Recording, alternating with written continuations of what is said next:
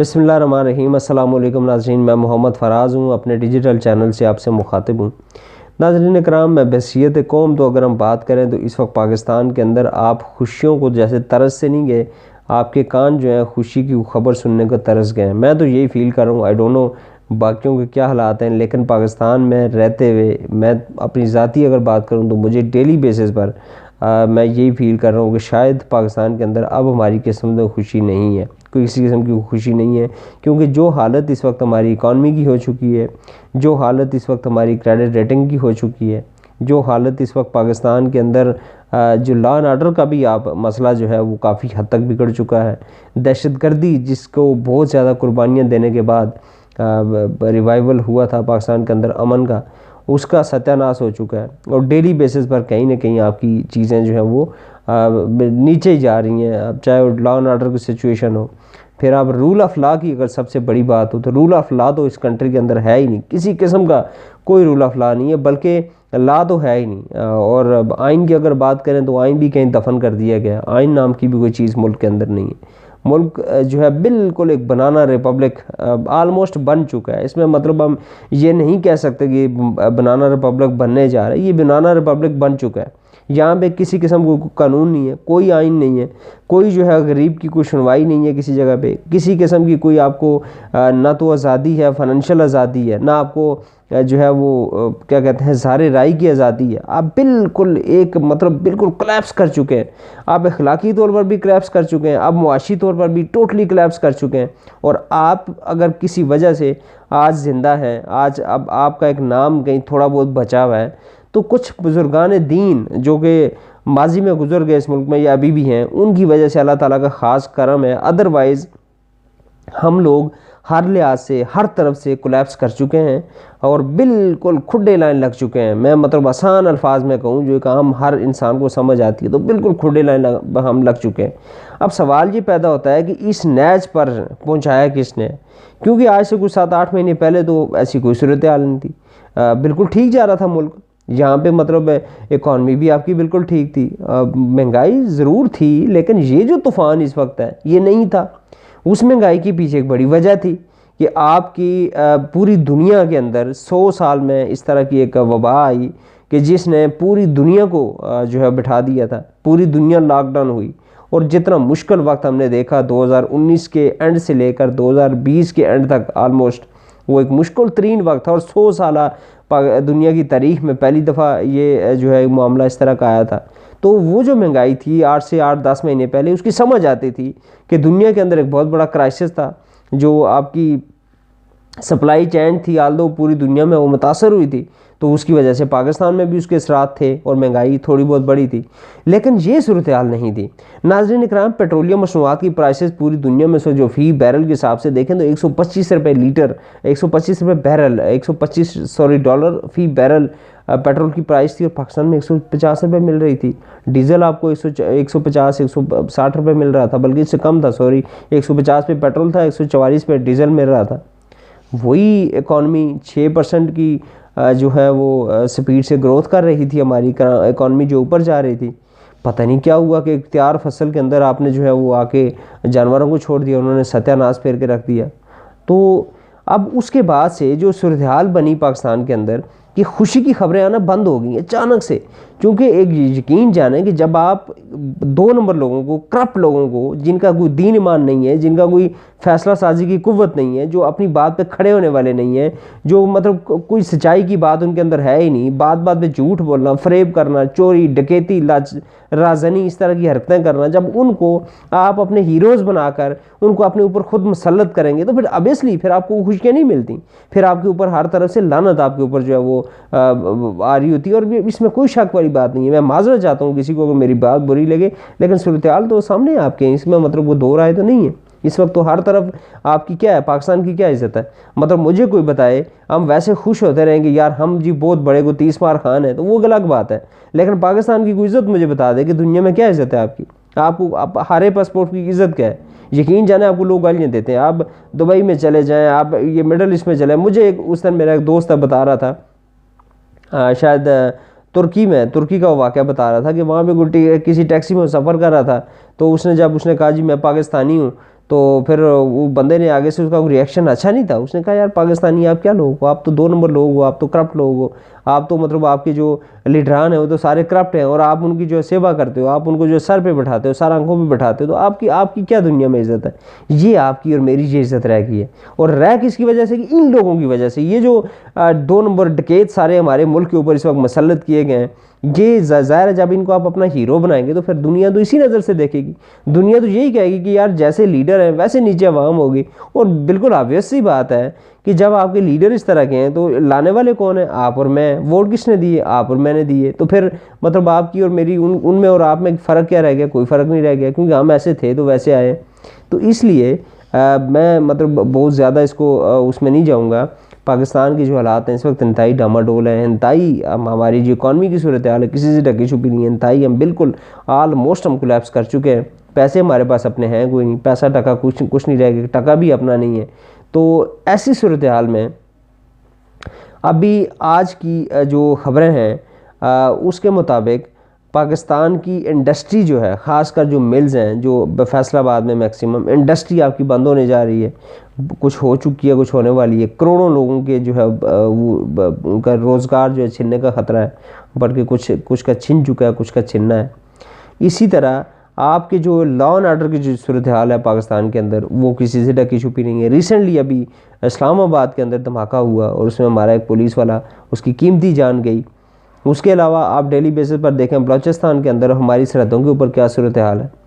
मैं अभी दिन को एक व्लॉगर को सुन रहा था, उसके मुताबिक मीरान शाह जो शुमाली वज़ीरिस्तान या जनूबी वज़ीरिस्तान है, वहाँ पे बाज़ार के अंदर तालिबान ने आकर अपने झंडे लगा दिए। ये वही मीरान शाह था जिसको KPK में ज़म किया गया था, और वहाँ पे हमारी फ़ौज ने बड़ी अच्छी कामयाबियाँ हासिल की थी और वहाँ पे सारी डेवलपमेंट की थी। फ़ौज की ज़ेर निगरानी वहाँ पे डेवलपमेंट हुई थी।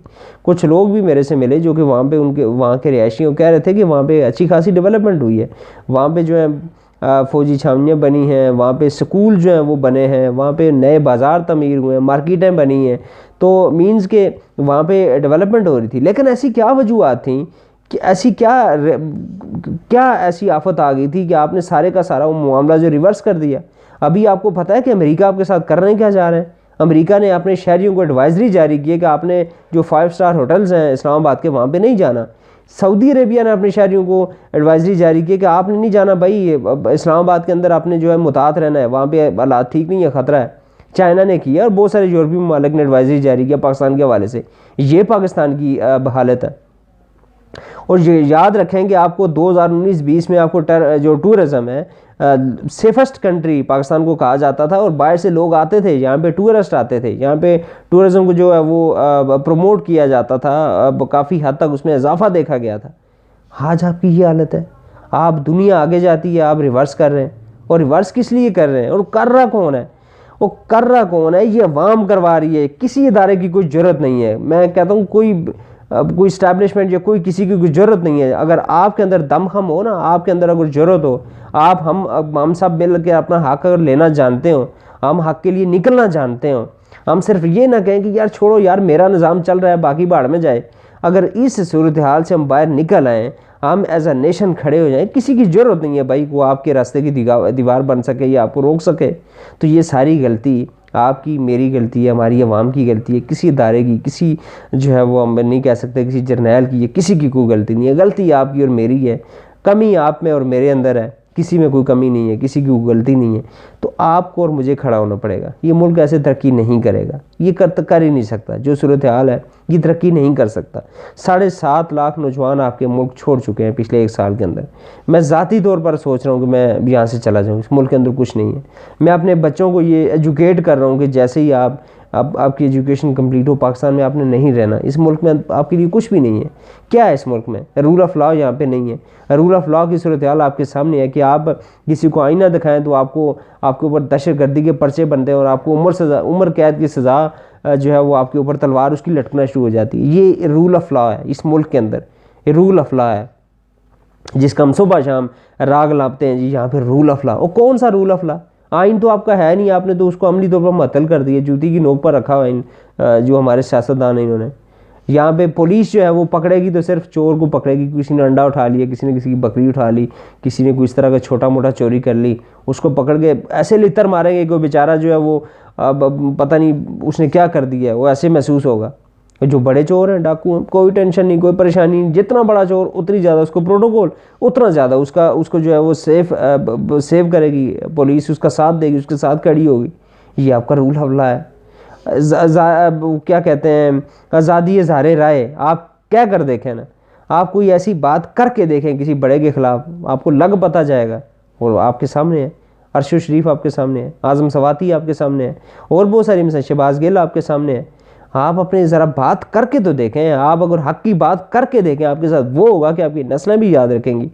ये रूल ऑफ लॉ है आपके मुल्क के अंदर। ये आज़ादी राय की, जो आज़ादी की बात हम करते हैं, ये वो है आपके मुल्क के साथ। तो हम कैसे कह रहे हैं कि हम एक आज़ाद मुल्क हैं? एक टुकड़ा ज़मीन का रख के, एक टुकड़ा आप ले लिया आपने, तो आप कह लें कि आप आज़ाद हैं? हम नहीं हैं आज़ाद भाई। कौन बेवकूफ़ कहता है कि हम आज़ाद हैं? हम नहीं हैं आज़ाद। हम किसी तरह से, किसी न्याय से, किसी तरफ से भी आप नज़र दौड़ा लें, हम आज़ाद मुल्क नहीं हैं। आपके हालात दिन ब दिन नीचे जा रहे हैं। अफ़गानिस्तान जैसा मुल्क जिसको हम पालते रहे 1980 से लेकर आज तक, हम अफ़गान मुहाजिरीन का वज़न उठाए हुए, उनका लोड बर्दाश्त कर रहे हैं, हमारे मुल्क का बेड़ा गर्क हो गया इकॉनमी का। वो आपको आंखें दिखा रहे हैं, वो आपके ऊपर चढ़ाई करते हैं, आपके शहरों के ऊपर वहाँ से गोलाबारी करते हैं। कुछ भी नहीं कर पाते, आप कुछ भी नहीं कर पाते।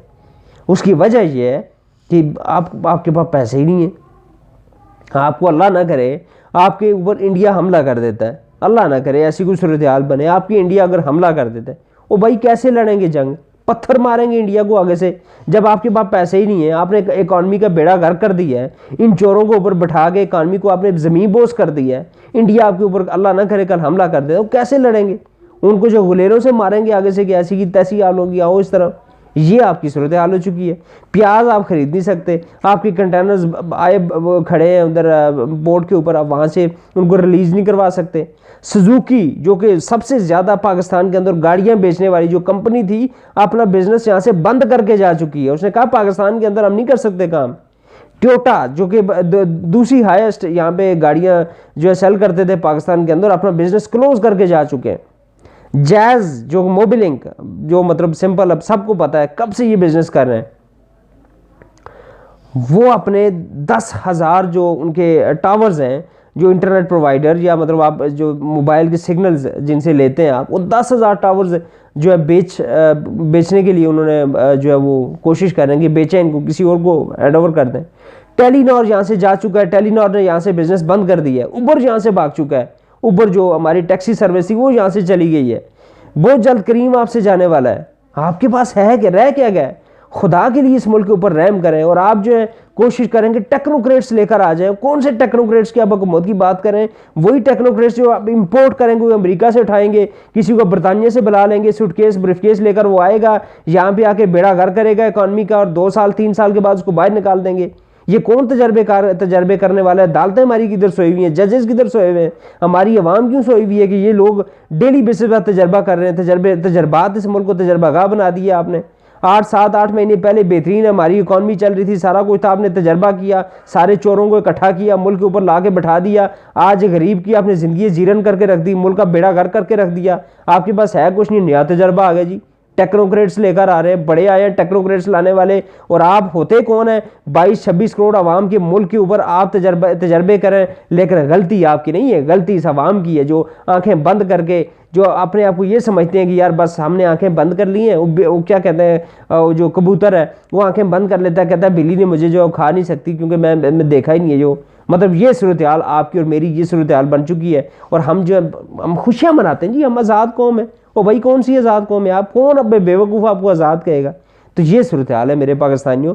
इंतहाई यकीन जाने कि दिल खून के आंसू होता है, दिल खून के आंसू होता है कि हम कायद-ए-आज़म मोहम्मद अली जिन्नाह हमें हमारे ऊपर कितना बड़ा एहसान करके गए, और हम कितने बेहिस लोग हैं, हम कितने बेवकूफ़ लोग हैं, हम कितने जाहिल लोग हैं कि हमने इस मुल्क का बेड़ा गर्क करके रख दिया।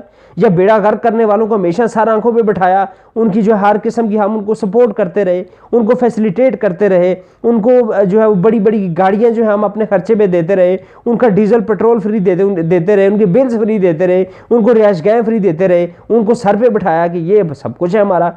कुछ भी नहीं है, वो कख भी नहीं है आपका। मेरा यकीन जाना है कि आज दिल खून के आंसू रोता है कि थोड़ा अर्सा पहले आपको याद होगा कि जब अफ़गानिस्तान से अमेरिका जा रहा था तो जनरल फैज़ हमीद साहब जो कि हमारे साबिक DGISI थे, वो वहाँ जाके उनकी तस्वीर आई थी कि वहाँ जब काबिल में जाके वो चाय की चुस्की ले रहे हैं, और यकीन जाने कि दुनिया के वो कहते हैं ना सीने पे मूंग दलने वाली वो तस्वीर थी।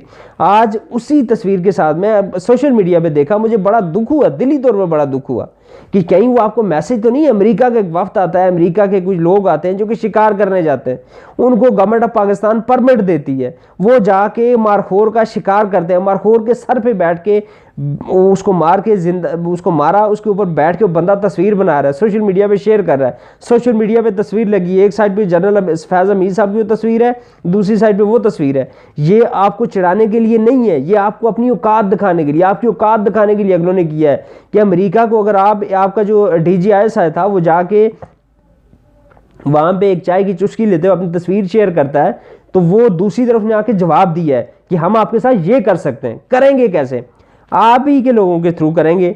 और सैन अकानी जैसे भगोड़े 2 नंबर, बिलावल भुट्टो जो कि उधर बैठ के वहाँ पे बड़गे लगा रहा है, इस तरह के जो चोर लुटेरे जिनका सारा बिजनेस बाहर, एक टक्का पाकिस्तान के अंदर नवाज शरीफ, शहबाज शरीफ, ये जितने फ्राडिये इस वक्त मुल्क के ऊपर मुसल्लत है, एक टक्का इनका पाकिस्तान के अंदर नहीं है। सारे का सारा इनका बिजनेस बाहर है, इनकी जितने टैक्सेस बाहर पे करते हैं, पाकिस्तान को कुछ नहीं देते, यहाँ पे से दफन होने के लिए आते हैं। और किसी ने सही कहा था कि पाकिस्तान तो कब्रिस्तान है, पाकिस्तान वाकई कब्रिस्तान है उन लोगों के लिए, उन अमीर लोगों के लिए जो कि अपना सारा पैसा, अपनी इन्वेस्टमेंट तो बाहर करते हैं, लेकिन जब मरते हैं तो तबूत में दफन होने के लिए पाकिस्तान में आते हैं। उस बंदे ने बिल्कुल ठीक था, कहा पाकिस्तान कब्रिस्तान है, कब्रिस्तान कभी तरक्की नहीं करते।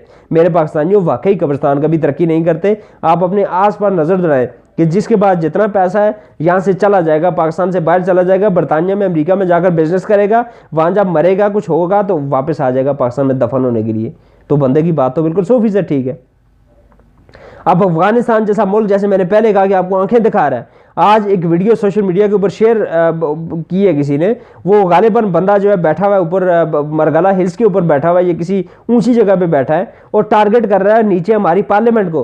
पार्लियामेंट का एक वीडियो है, मैं उस वीडियो की थोड़ी सी अगर आप भी सर्च करेंगे आपको मिल जाएगी, शायद जजीरा के ऊपर चली है।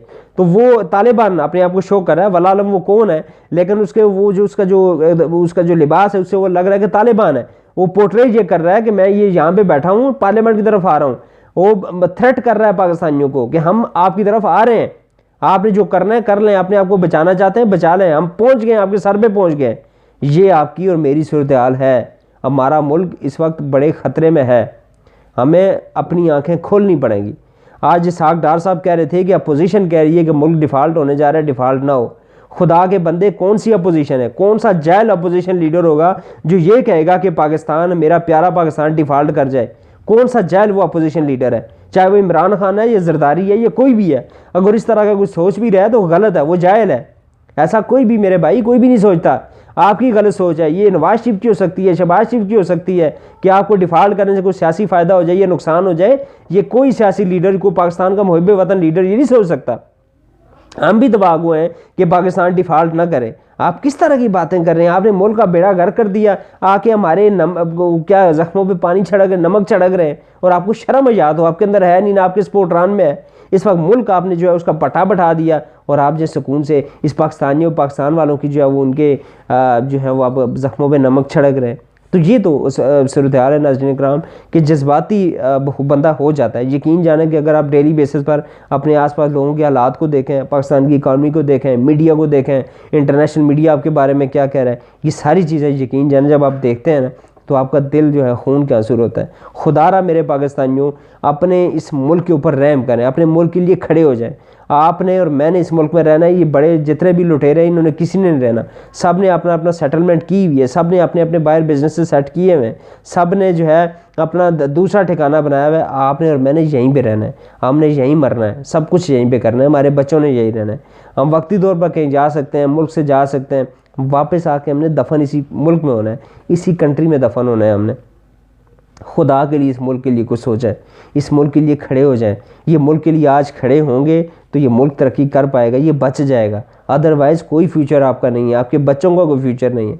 और खुदारा किसी को कुछ चंद, अगर किसी के पास कोई है, कोई आपके पास पैसे हैं या आपको बोल सकते हैं या आपके पास अल्लाह ने आपको कोई सलाहियत दी है, तो आप तो कर लेंगे। मेरे पाकिस्तानियों उनका सोचें जो बेचारे कुछ भी नहीं हैं, जिनके पास कोई सलाहियत नहीं है, जो बेचारे यहाँ पे रेडी कोई लगाता है, कोई यहाँ पे पत्थर तोड़ता है, कोई किसी ने जो है मेहनत मजदूरी डेली बेसिस पर कोई खुदाई करके करनी है, उसका क्या करेंगे? अगर उसके लिए आज आप आवाज़ नहीं उठाएंगे, अपने लिए नहीं तो खुदा के लिए उसके लिए आवाज़ उठाएं, उसके बच्चों के लिए उठाएं। ये यकीन जाने कि हमारा मुल्क नीचे जा रहा है, यकीन जाने हमारा मुल्क नीचे जा रहा है, हमारे बचने के चांसेस नहीं है। खुदारा इस मुल्क को बचा लें। हम सब खड़े होंगे, हमारा मुल्क बच जाएगा। नहीं खड़े होंगे तो तजर्बा का है, ये मुल्क तजर्बे इस पे लोग करते रहेंगे और एक ना एक दिन खुदा न ख्वास्ता ये मुल्क कोलैप्स कर जाएगा। अल्लाह ताला आप सबको हम सबको समझने की तौफीक अता फरमाए। अस्सलामु अलैकुम रहमतुल्लाहि व बरकातुहू।